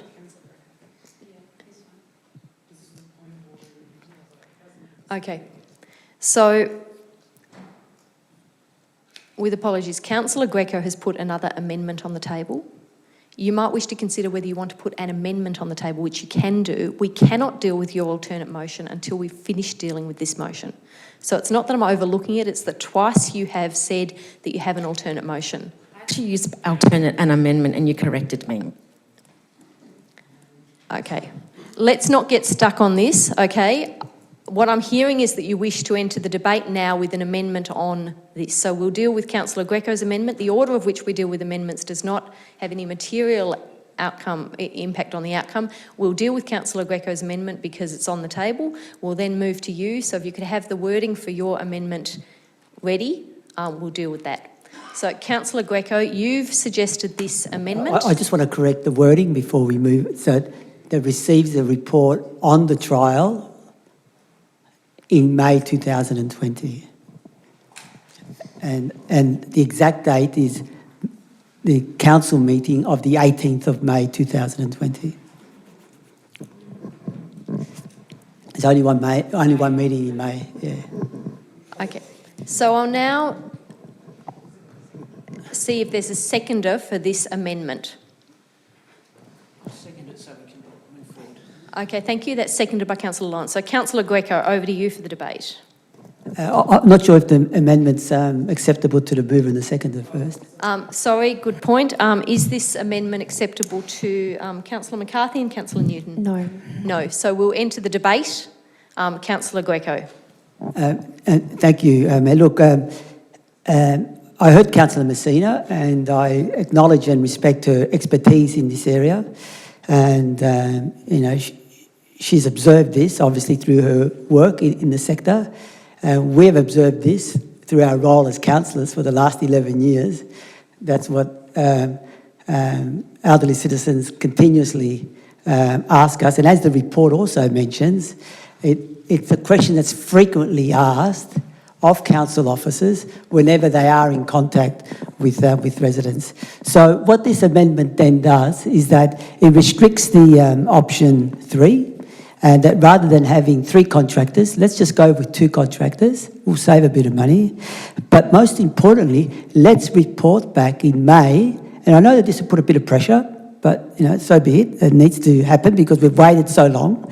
Then let's report back in May, because then that gives us an opportunity by June to whether we include anything into the future budget. If we wait until November, what this will mean is that we may get a decision on option 3 in 2021 budget, 2021-22 budget. That's how far in advance we have to consider a very restricted option, you know. So I would urge that we get a report in May. We can consider what the trial delivered us, and then we can get a sense of whether this idea of alternatives flies or not, and then we're in a position to make an informed budget decision for the year 2020-2021. The other point that I'll make in the minute that I have, which relates to this option, is that I think we need to look at this because it's important that, I think Councillor McCarthy mentioned that we don't want to put people at the back of the queue. I agree totally. That's why we need to look at people with high needs, and that's why we need to look at this issue in a very, very urgent manner, because already people are not even in the queue. So let's be conscious of that. And the final point that I've made, and I think there's been some misinformation that has been given, is that we don't know whether this is going to cost millions of dollars. The report says to me that it's $600,000. Let's not exaggerate the figures, because the report talks about $600,000. It doesn't talk about millions and millions of dollars. So let's be clear about that. And finally, I would say is that, councillors, please seriously consider this. Let's not be over-optimistic about this third option, because I think we really need to provide some concrete proposals for the community to see by the end of the financial year. Thank you, Councillor Greco. Now over to the seconder. Mayor Rennie, just for clarity, I'm simply speaking to the amendment, not the substantive motion, and I'm not addressing the lost amended motion that came first in our mailboxes. Look, I think this is a minor addition to the actual motion. I'm not sure that it solves the flaws in the motion, which is as inherent risks, but at least it gets it coming back faster, and you know, for in fact this body to make a decision and not some other range of people to be sitting here and sifting through what ends up a false option, a failed option, and really a delayed action for the very needy people in our city. Thank you, Councillor Lawrence. Are there any further speakers to the amendment? I'm going to vote not in favour of this amendment, only because it's quite confusing. It's not very detailed. Option 3, trial a range of models. It doesn't really go into in-depth where I wanted it to go, because I'd like to see more in-depth clarification. And it notes that a report, item number 3, it says notes that a report evaluating the trial will be considered by council in November 2020. And then number 5 says receives a report on the trial in May 2020. That doesn't work. So I can't support this particular motion, but I'd like to propose mine. Okay, thank you, Councillor Messina. Are there any further speakers on this amendment? There being none, I'll put this amendment to the vote. All those in favour? And against? That amendment is lost. Councillor Messina. I'd like to propose my amendment, which is circulated around about 2 o'clock today. Can we please have that on the board? 3 o'clock. Thank you for that correction.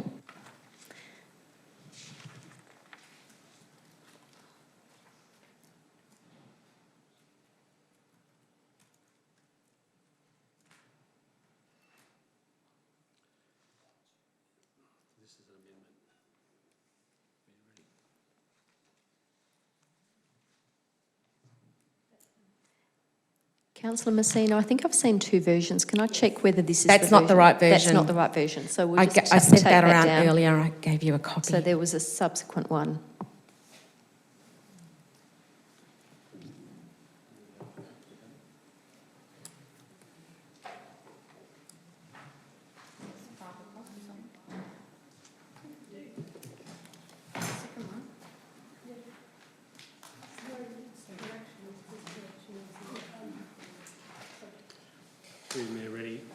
Perhaps if Councillor Messina could read out her amendment.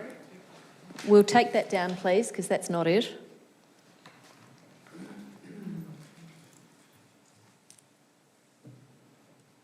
I'm just looking for it.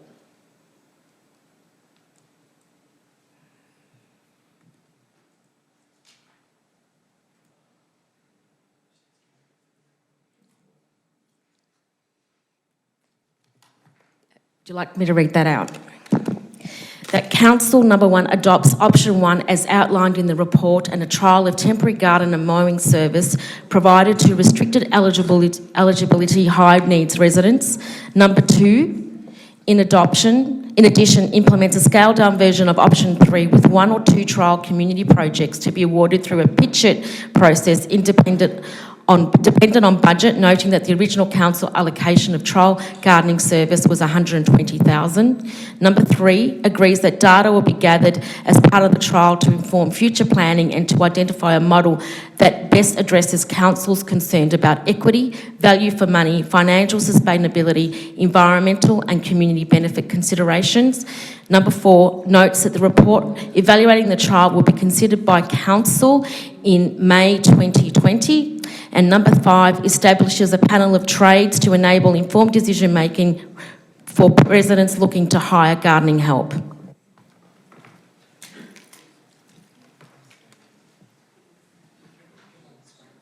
Thank you, Councillor Messina. We'll get that on screen. It might take us a minute, but we'll get there. Would you like me to email it? No, I think, have they got it now? It's on its way. As soon as it's on screen, I'll ask Mr Munn, the same way that I did for Councillor Greco's amendment, I'll ask if it's consistent with the governance local law.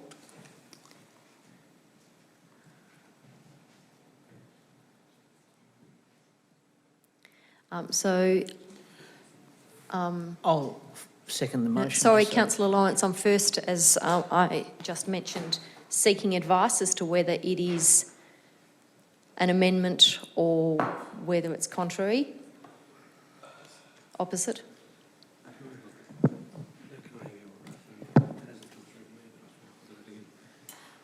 So just clarity, Mayor, you're overruling my seconding? No, I'm not. I'm saying we're not there yet, Councillor Lawrence.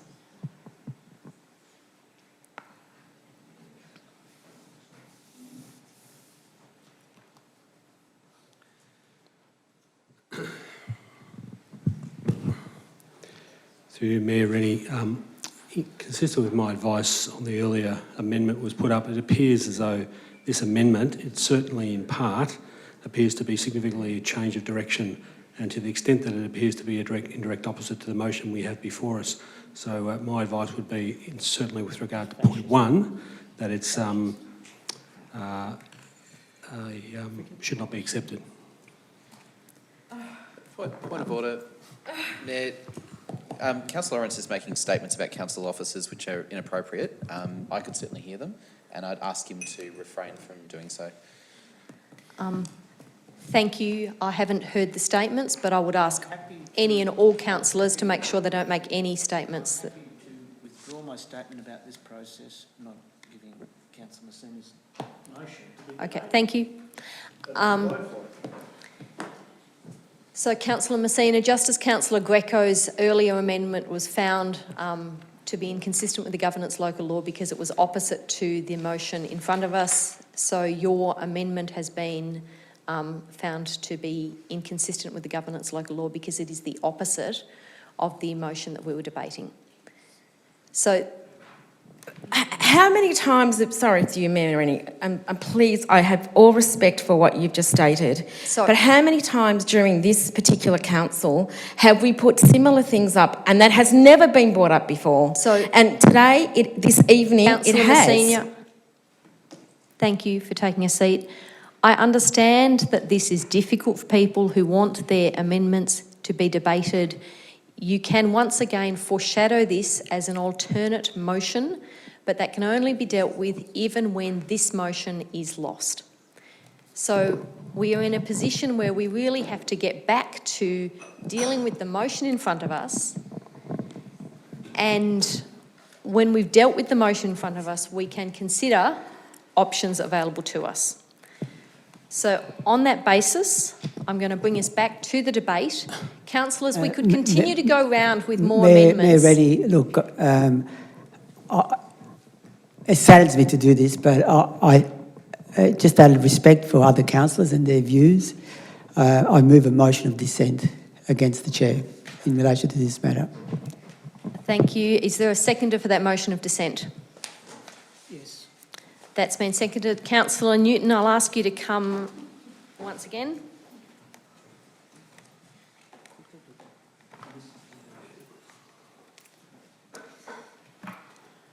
Got it? Yep. Councillor Greco, you have 2 minutes to speak about your reasons for... Oh, sorry, one sec. I'll just wait for Councillor Rennie to take the chair. Councillor Greco, you have 2 minutes. Yeah, thank you, Chair. Look, it really disappoints me to have to move another motion of dissent in relation to this issue. And why it disappoints me is that, councillors, we're really limiting debate in this chamber. And that as a result, certain views and certain councillors are not being heard. And I also object to, at the beginning of this meeting, one is that Councillor Messina already signalled that she had an alternative motion earlier this afternoon. I, at this meeting itself, sent an alternative motion. I got on my feet. Sorry, can I go to a point of order? The motion. What's your point of order? The motion is in terms of relevance to the motion that we're debating. The motion is dissent in the chairperson's ruling of whether Councillor Messina's amendment should have been accepted or not whether different motions should have been moved before. Yep, so I'll accept that point of order. I'm just providing, thank you for that. I'm just providing some context in relation to my comments. So, therefore, I got onto my feet first to try and speak to the motion, and instead, Councillor McCarthy gets the word. Now, I feel that I've been discriminated against, not only me, but also Councillor Messina has not been paid due respect. Councillor Greco, please respect that this is only about the dissent. It's only about... Yeah, it is about that, yeah. And I'm saying that Councillor Messina, as a result, has been discriminated against in putting forward her motion. And what we're doing, councillors, I really don't like talking about procedural matters. It's the worst thing that I hate doing. But I'm driven to do that, and I'm driven to actually almost become an expert in it, because in this chamber, the way that the vote gets executed in relation to this dissent motion requires these sorts of dissent motions and these unnecessary discussions about procedural matters. Councillor Rennie. Thank you. I stand by my ruling because I'm guided by the Governance Local Law, which has, at clause 28.4, that amendment must not be directly opposite to the motion. I go back to the fact that the motion in front of us said we'll go with option 3, and that an earlier amendment was proposed to go with option 2. This amendment proposes option 1. These are opposite to the motion that we had in front of us, and I'm guided by the Governance Local Law in this respect. I have very little discretion in terms of this. I seek governance advice to ensure that I do the right thing as far as possible. I don't think there's actually much of a judgment call in relation to this, and I think we're in a difficult situation because people have fundamental disagreements about the direction we want to take. And it is okay to have fundamental disagreements about direction, but I propose that it is not okay, I suggest it is not okay to use processes like this to draw out a debate by an hour because we are not happy about the disagreements or can't just agree to disagree, which may be where we should get to. Councillors, we're voting. What's your... There's no point of order. We're going to the vote. There's no point of order at this point. False statement made. The officer clearly said it was partially in agreement with the motion. So it is false to state Councillor Messina's motion was opposite. We've had contrary advice, partially in agreement. I'll seek governance advice on that. Not the opposite of your partially in agreement. Are we in English?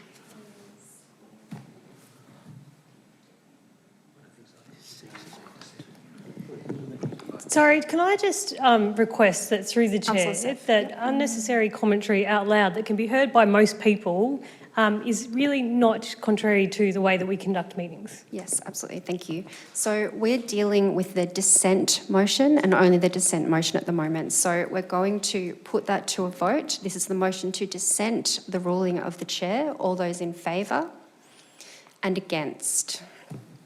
That motion is lost. I move that the vote be put because it's been more than an hour and this is ridiculous. So I'll wait for the chair to resume the seat and then we can move on. Thanks.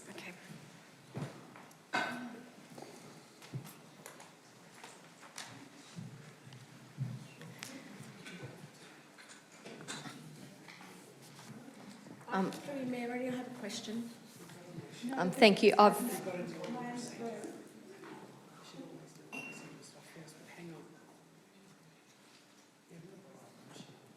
So we'll just have to go back to the motion that was in front of us.